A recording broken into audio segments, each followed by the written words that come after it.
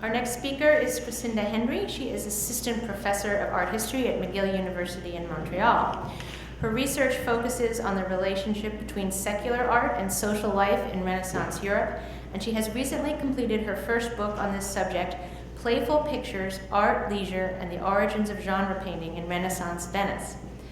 Her most recent article, From Beggar to Virtuoso, the Street Singer in the Netherlandish Visual Tradition 1500 to 1600, appeared in a special issue of Renaissance Studies in January. Please welcome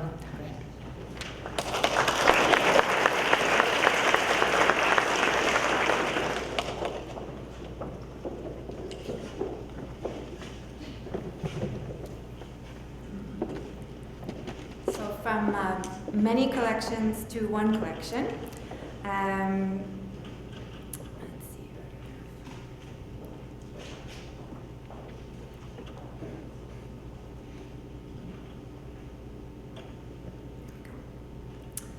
So perhaps the best documented example of a courtesan's art collection to survive from Renaissance Venice is that of Elisabetta Condulmer,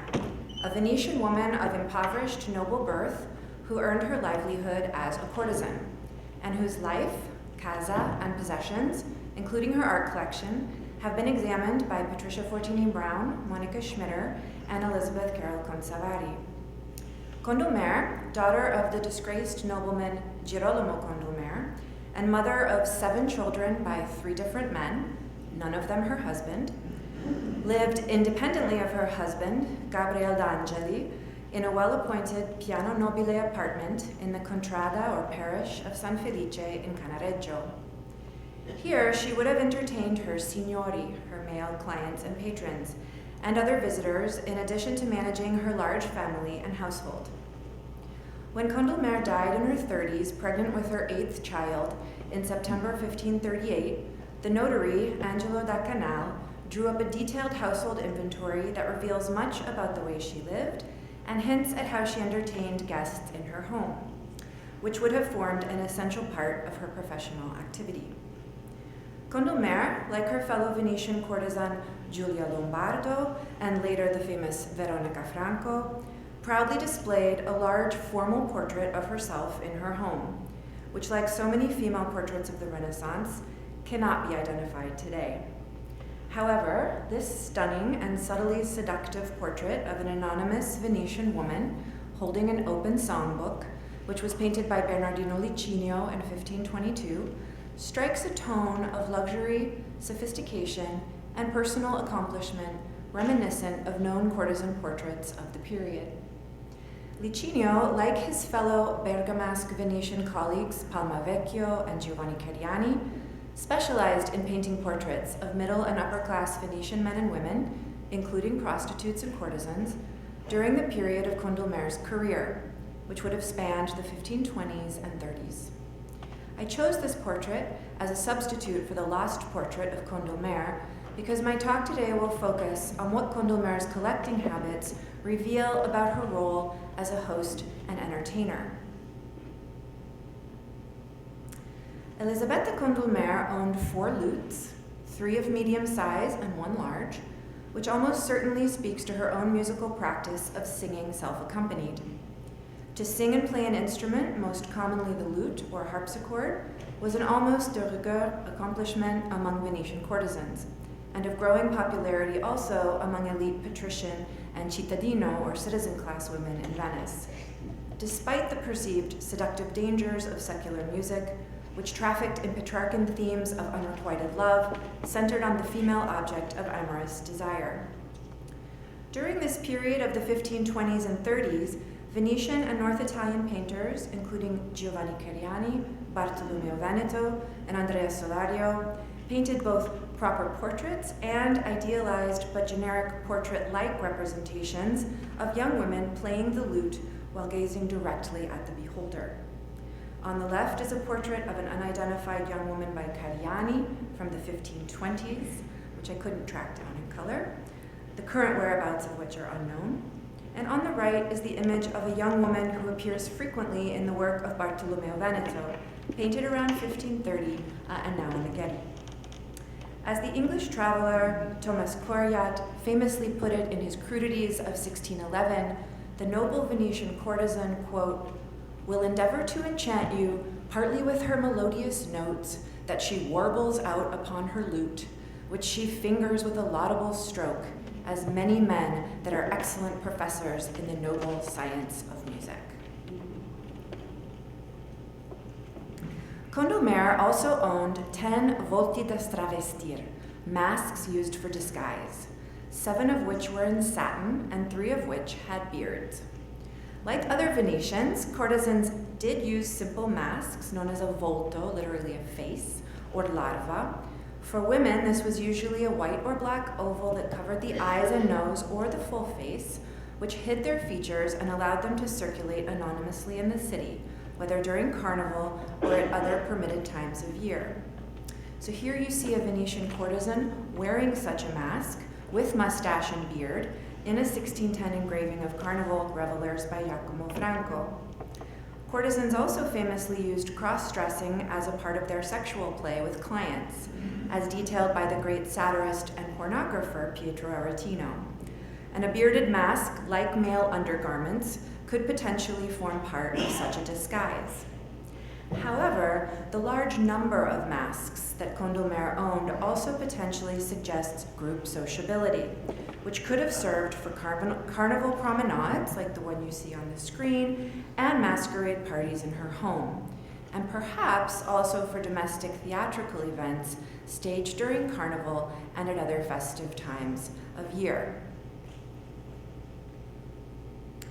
With its impressive 24 chairs, long pinewood dining tables, and 3 painted Portego benches, the Portego was one centerpiece of Condulmer's home and would have served as the occasional site for large dinner parties, musical gatherings, and other forms of domestic entertainment. The Portego, or Portico, as you see in this photograph of the interior of Casa Gredo on the Grand Canal, which is now a hotel, is the long salon-like hall that acts as the spine of the Venetian home, and that in the 16th century began to serve in many elite homes primarily as a reception, entertainment, and banqueting chamber. The Portego was the first room a visitor entered upon climbing the stairs to the Piano Nobile, where privileged Venetian families lived, but was not itself normally a center of everyday domestic activity. Rather, as Patricia Fortini Brown has elucidated, quote, the function of the Portego was first and foremost display. And around the turn of the 16th century, the forms of this display shifted as the Portego became for many elite families primarily a locus for sociable recreation in lieu of the demonstration of family honor through impressive displays of arms and armor. As Christina de Benedictis has noted, the Portego also began to function as a veritable art gallery in the 16th century, and Condulmer's was no exception. Her Portego contained a mix of sacred, secular, and mythological paintings, in addition to several portraits, which was typical of the more modern and adventurous Venetian collectors in the first half of the century. That is, people who didn't simply collect religious subjects in portraiture. On the walls, Condulmer displayed several paintings with comic subjects, quote, a portrait in the Flemish style of a tooth puller, a picture in the Flemish style of a man in a barrel, and a picture of an old man with a bird cage. All subjects recognizable from or conceivable as part of the comic repertoire of Netherlandish artists like the followers of Hieronymus Bosch, Quentin Massys, and Lucas van Leyden. These pictures hung alongside the large portrait of Condulmer with its protective curtain, a framed world map, a portrait of a man done in a foreign style, a painting of the mythological subject of Pyramus and Thisbe, a painting of a woman and a nude man, not further identified, a large painting of Mary Magdalene in the Flemish style, which of course was an appropriate choice given Condulmer's profession, a large painting of a nude woman tied to a tree, possibly Andromeda, a painting of the Adoration of the Magi, and a suite of 8 drawings or prints pasted on paper and put in metal frames whose subject matter is unfortunately not identified in the inventory. So quite a collection on the walls of the Portego.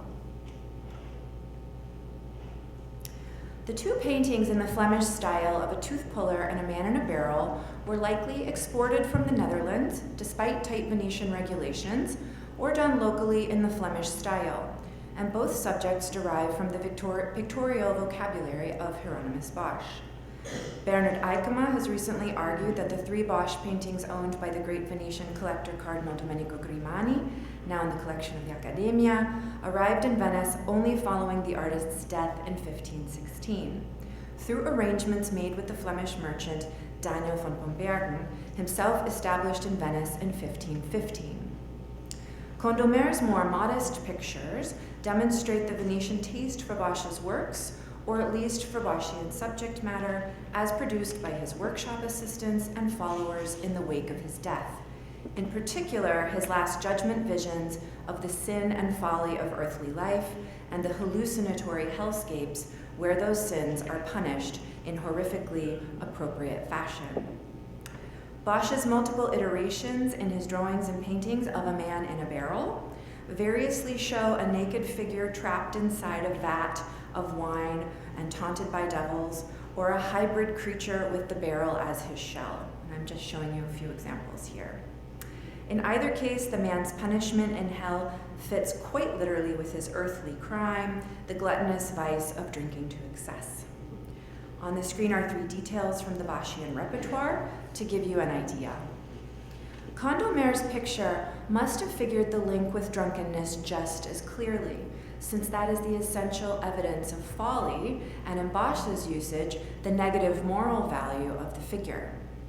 However, the inventory description implies the isolation of the drunken male figure, like a portrait close-up, just a man in a barrel, with no mention of the fuller context of Bosch's panoramic and encyclopedic visions of hell.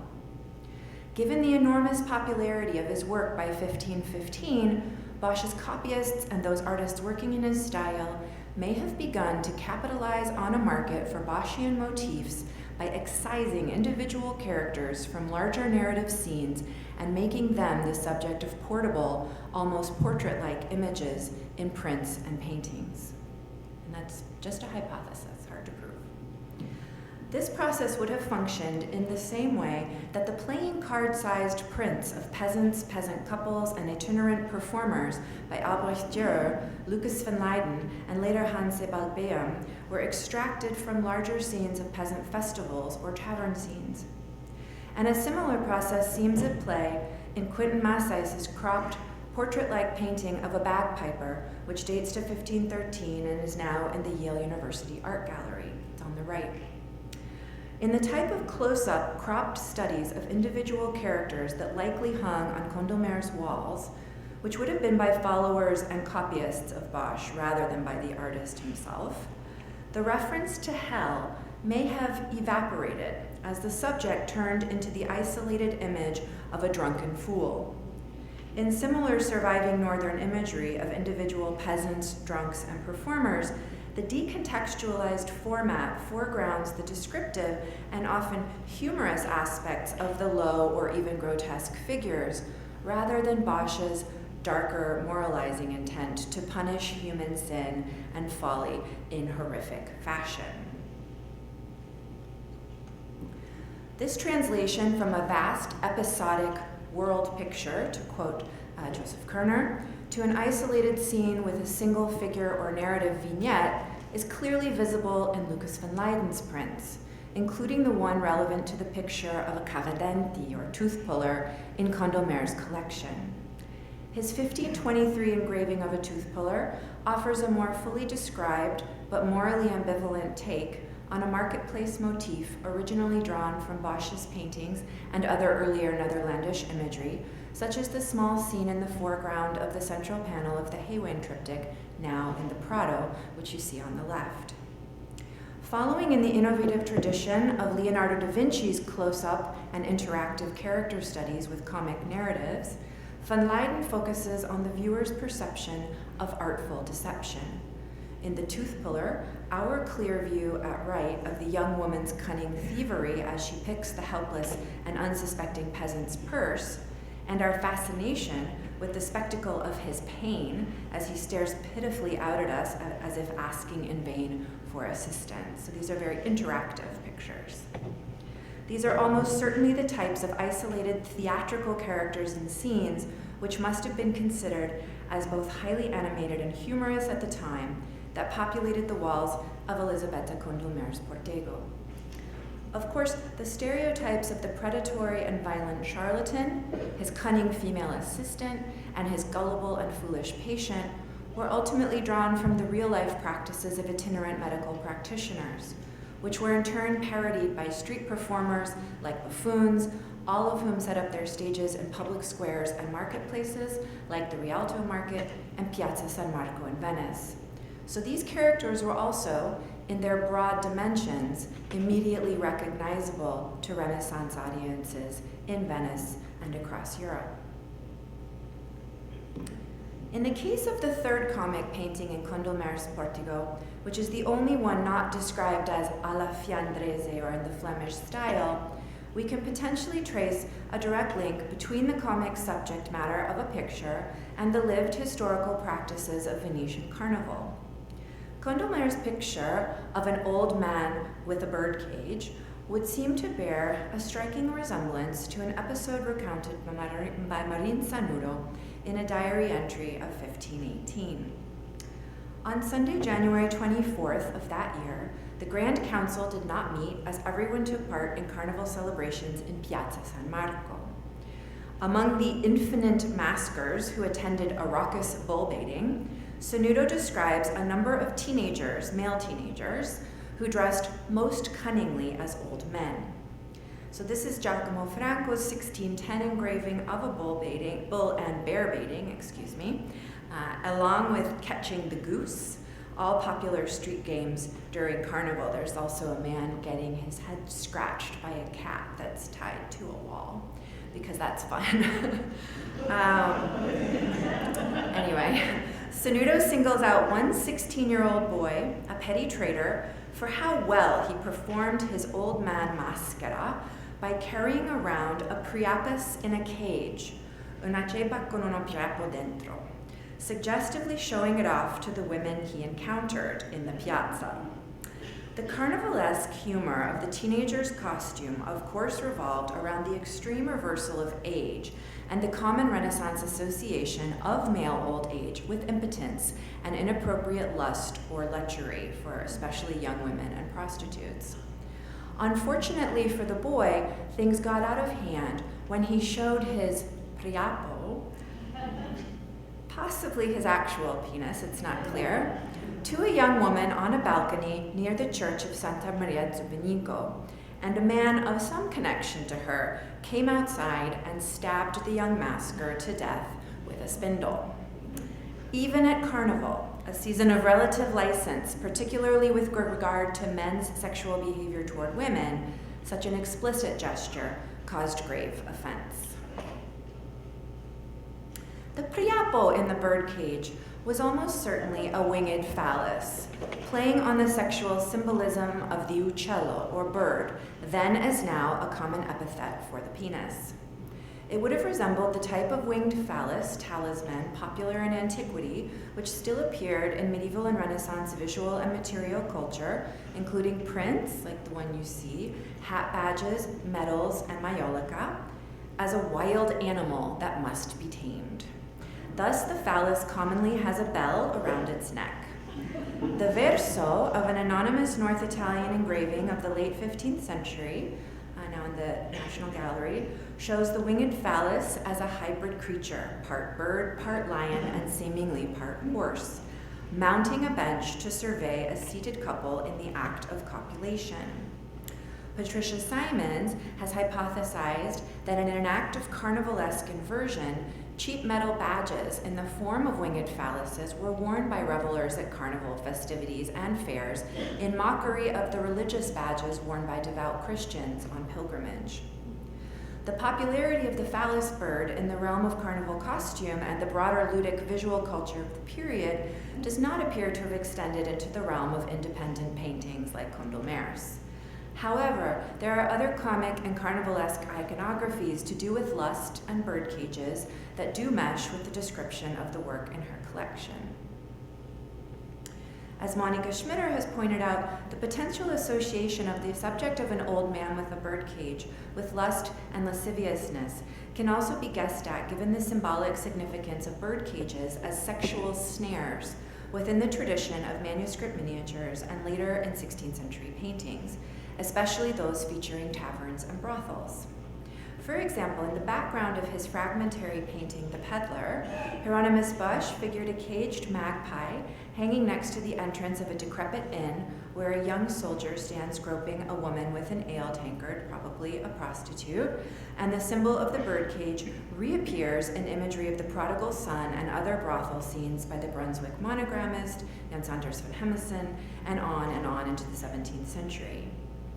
In a mid-16th century follower's copy of Bosch's Lost Concert in an Egg, which you see on the right, an old man appears with a bird house on his head as a symbol of folly and empty-headedness,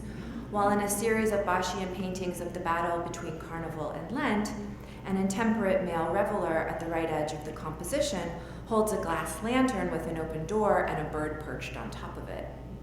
Thus, while no exact iconographic match exists, like the Flemish-style paintings of a tooth puller and a man in a barrel, the subject of Condulmer's painting of an old man with a birdcage was likely a single character or motif extracted from the Boschian symbolic repertoire of intemperance and folly,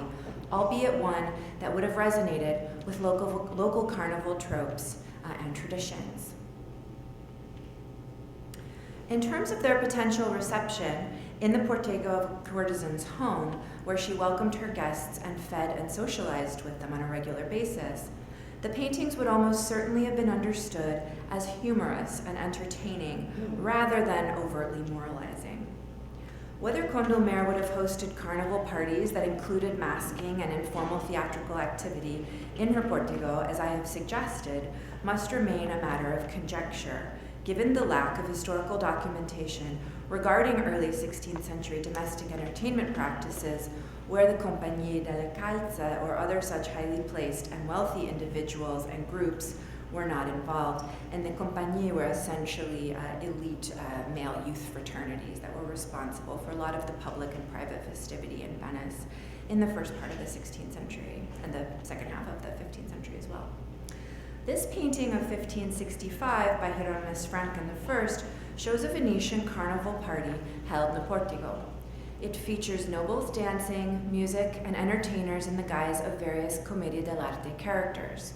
The troupe of Zani acrobats in red, Pantalone and his servant Zampolo playing the lute, and the bumbling, rotund Capitano. Songs and poems derived from the popular comic theater circulated in cheap prints alongside the comedies themselves from around 1515. These sources furnish a further layer of cultural context for Condulmer's comic paintings. For it is from just prior to the 1518 Priapo incident in Piazza San Marco that Sanudo describes the first performance of the Venetian dialect comedy La Burlesca of circa 1514, which features, if only in a brief glimpse, the character of a libidinous yet impotent old man who has constant thoughts of sex with young women, even though he can never perform. The main character is a cunning street prostitute, Marcolina, who aspires to the professional status and material trappings of the newly minted independent courtesan class, which emerged around in the 1490s, around 1500. Referred to in the play by the generic patrician honorific Gran Misiere and as El mio vecchio d'oro, my old man of gold, that is, my old man made of money, the wealthy old man is recognizable as the precursor to the commedia character Pantalone, and one of the four main characters in the so-called alla burlesca repertoire of Venetian dialect comedy, alongside his beautiful but hyperbolically greedy amorosa or love interest, often, as in La Burlesca, a prostitute, his wily Bergamasque servant Zani, and the hot-blooded mercenary swordsman and pimp, the bullo or bravo, from whom the genre burlesca takes its name. The amoroso, or young lover, who vies for the amorosa's affection, appears only later with the professionalization of the commedia in the 1550s. As you see in the Flemish painting of a professional commedia troupe on stage from around 1590, the amoroso appears kneeling at our left, ensconced in a gray cloak, in the act of secretly delivering a message to his love interest. The wealthy but miserly old Venetian gentleman, seen here in a principal role opposite the amorosa in his typical red costume with house shoes, beard, and codpiece, has a recurring and growing role in surviving Venetian burlesque songs, intermezzi or interval performances, and farces and comedies printed between 1515 and 1540, so encompassing the period of Condulmer's career, where he appears as Messer, Vecchio, and later Magnifico, although very little early imagery survives. Accounts of Venetian buffoons playing the role of Pantalone suggest that the character existed in the yet-to-be-published and codified comedy sketches of Venetian occasional and street theater from at least the first decade of the 16th century. The one-act comedies and intermezzi in which these exaggerated and distinctly local Venetian social types appear are structured around contrasti, extended dialogic interactions between two or sometimes three characters, normally played by buffoons and other professional actors who performed in duos and informal groups prior to the formalization of the Commedia dell'arte around 1550. Senuto makes it clear that the burlesque repertoire was popular with the Compagnie delle Calze, the largely patrician youth fraternities, during Carnival and at other festive times of year, at parties attended by courtesans who may have also played parts in the performances, danced, and sung the comic songs. Later, the comedies and songs were printed and sold in print shops and by buffoons, cantastorie, or street singers, and other marketplace performers from stages set up in Piazza San Marco and at the Rialto. Little evidence remains regarding the use of such popular printed texts once they were purchased. Were the short comedies simply read and discarded, or might they have been recited aloud in the form of home performance, much like the early music prints that were adopted by amateurs for musica da camera, chamber music? It's tempting to hypothesize that the comedies were recited in Venetian homes, given their small number of characters, short length, simple narrative structures comprised of dialogic exchange, and total lack of complicated stage business. As the host of a large dinner party, after the table was cleared and as the evening stretched on, would a courtesan like Elisabetta Condulmer, having acted out the part of a pretty peasant girl, a wayward nun, or of Marcolina, the cunning prostitute from the Comedy La Burlesca, the common whore who aspires to the wealth and status of a courtesan, while her male guests took on the roles of her lover, the rough bullo Fracao, and his master, old Miziere. If so, then Condulmer's Portego, fitted with its long table, benches, many chairs, and decorated with its comic paintings of characters symbolizing drunkenness, cunning, deceit, and frustrated sexual desire, would have been the ideal site for such titillating amusements.